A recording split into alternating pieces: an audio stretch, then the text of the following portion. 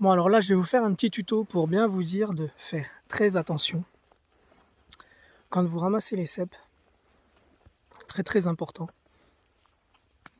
Là, il y en a un magnifique.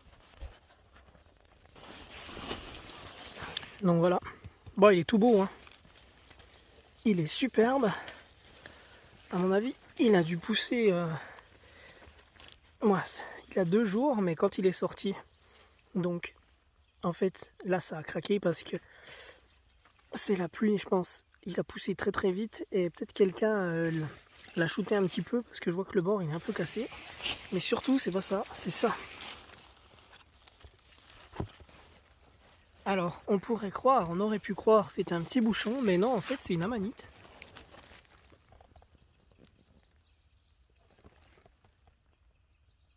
Donc vraiment accolé au cep. Donc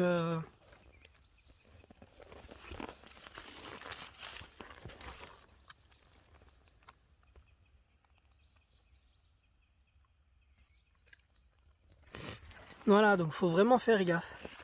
Hein, parce que, ouais, vous me direz, ah oui, on a l'habitude, etc. Mais bon, tous les ans, il y a des cas. Donc tous les ans, il y a des cas d'empoisonnement, et des fois mortels. Et ce sont des gens, notamment il y a quelques années, il y a des gens qui sont décédés parce qu'ils ont ramassé une amanite phalloïde comme ça. Donc elle était en petit bouchon, collée avec le cep. Donc ils ont ramassé le cep avec l'amanite phalloïde. Ils n'ont pas fait attention quand ils les ont préparés et cuisinés. Et ben voilà. Malheureusement, ils sont décédés. Donc vraiment faire très attention, c'est très important. Allez, je vous remontre encore une fois. Là, ici. Voilà. Une amanite. Alors là, ça peut être peut-être Pantherina. Parce que je vois qu'elle est un petit peu grise sur le chapeau, donc ça sera pas une muscaria. Mais vraiment, faites très gaffe, quoi.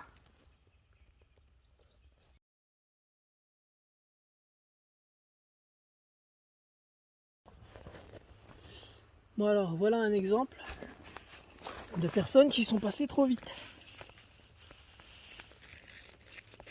Voilà. Qu'est-ce qu'il a eu celui-là? Bah, il s'est fait écraser. Et pourtant, il était pas petit, hein.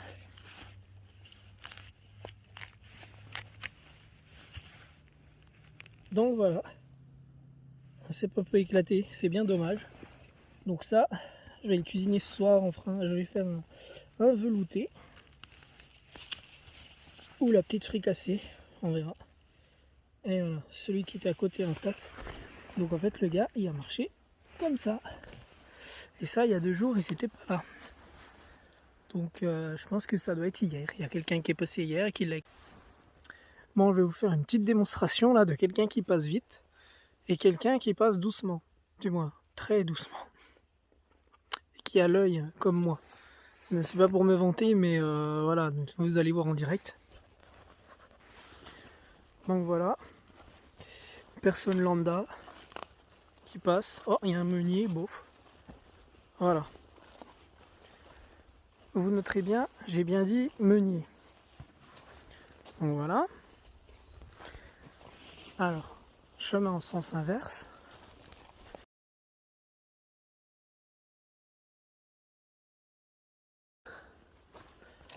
Alors, donc, il y a un meunier. Vous voyez bien. Voilà. Donc là. Voilà. Il est dessous.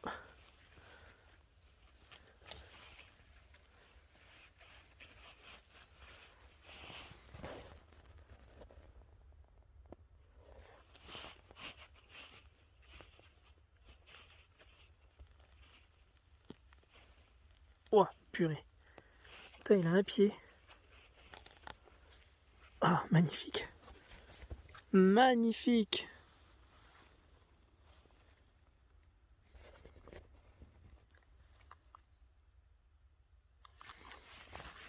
Allez, on rebouche bien le trou. Hop. Comme ça, c'est propre.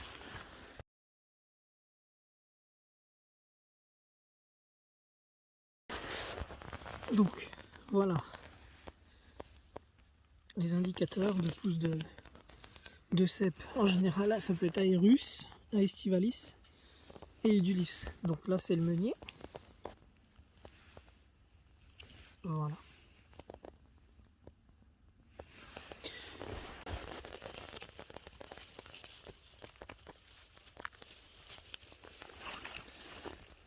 Et toujours entouré des meuniers. Hein. Donc ce sont des bons indicateurs. Hein.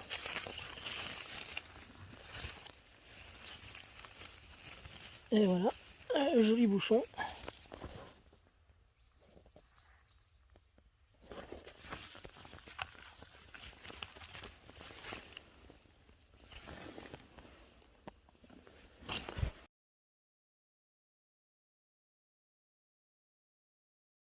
Allez, on enlève le flash. Voilà, donc en compagnie des meuniers, le petit bouchon. Hop.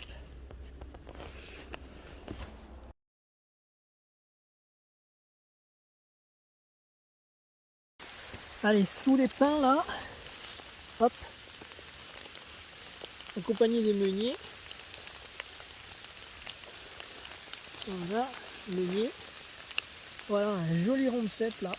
1, 2, 3, 4, donc 5 ici et 6. Magnifique, tout beau, tout frais. Voilà.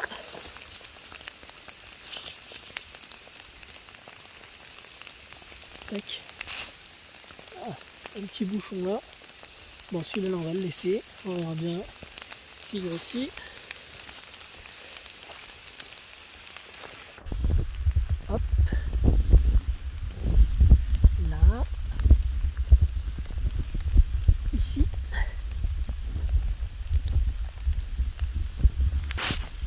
Ah.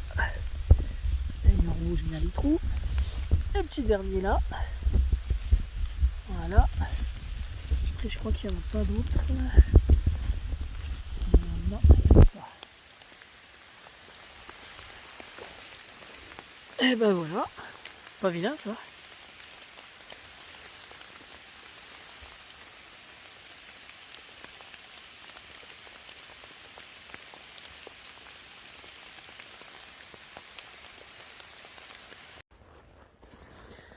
Bon alors, deuxième indicateur de pouce,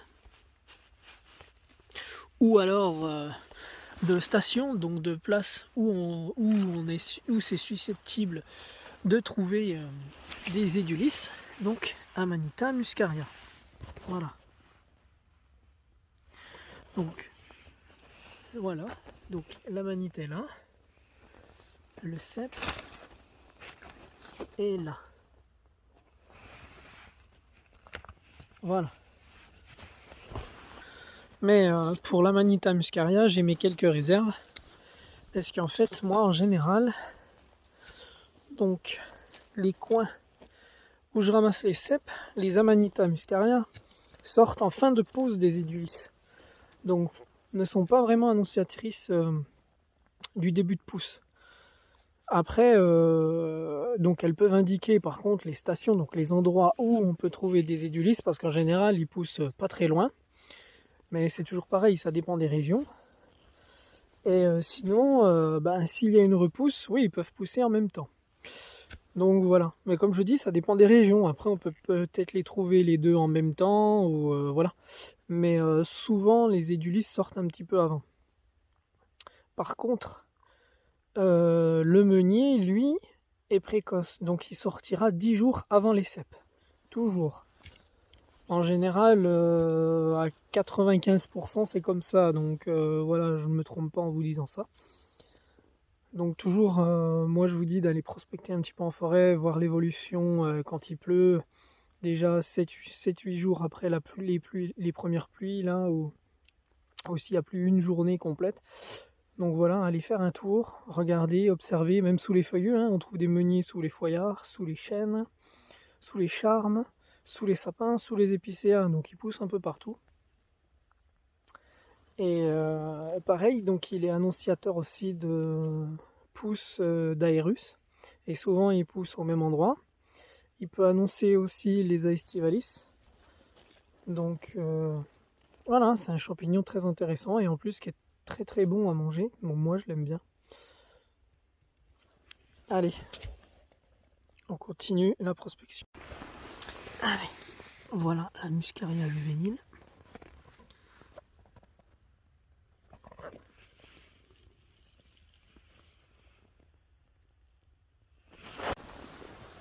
Allez, voilà la jeune Amanita muscaria qui commence à s'ouvrir.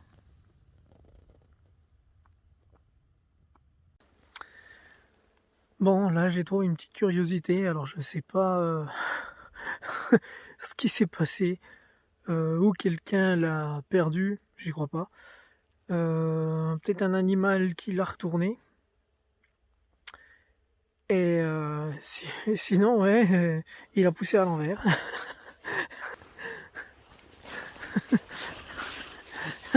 J'avais pas vu, l'autre il est là. Donc en fait, ouais, je pense qu'il a été ouais, une bestiole qui a dû passer et puis elle a dû le percuter quoi.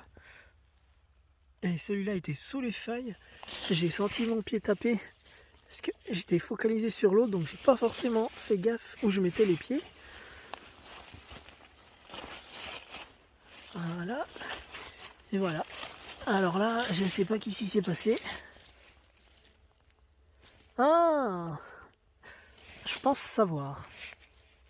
Alors, reste à savoir quel animal a fait ça. Donc, le cep était comme ça, on est d'accord. Et si on regarde bien, voilà, il a été croqué. Donc je pense que c'est une souris. À moins que ce soit un animal plus gros, peut-être un chevreuil, je sais pas, mais je dirais plus une souris. Mais ouais, je comprends pas comment elle a fait pour l'amener jusque là-bas. Hein. Mais là, on voit bien qu'il a été croqué à la base.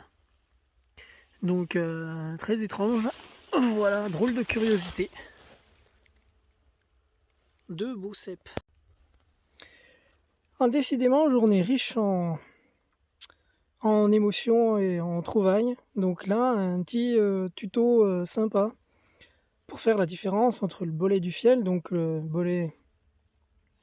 le Phéléus, donc le bolet amer, et le cep. Parce que attention, les novices peuvent se faire avoir, surtout quand ils sont beaucoup plus gros. Alors, à gauche, là, le bolet du fiel, donc le bolet amer, à droite, le bolet Elidulis.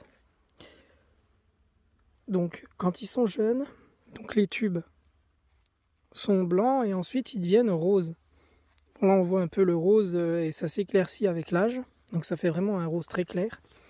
Il a quand même un réseau sur le pied, mais d'aspect un peu grossier en fait. Ça fait pas net comme le cep.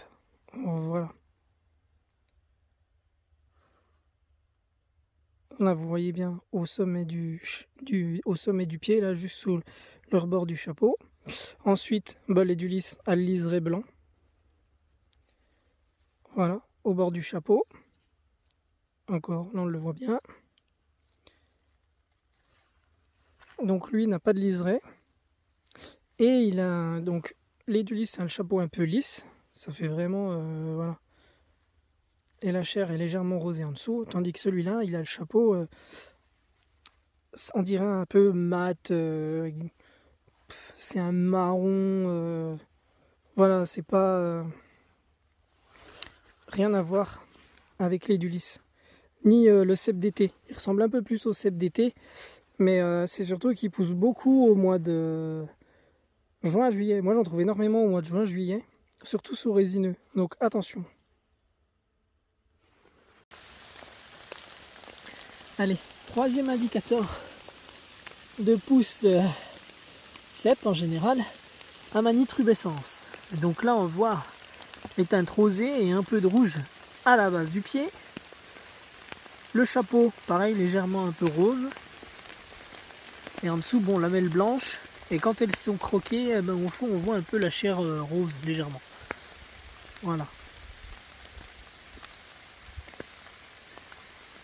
Retenez-la bien, Amanita rubescens.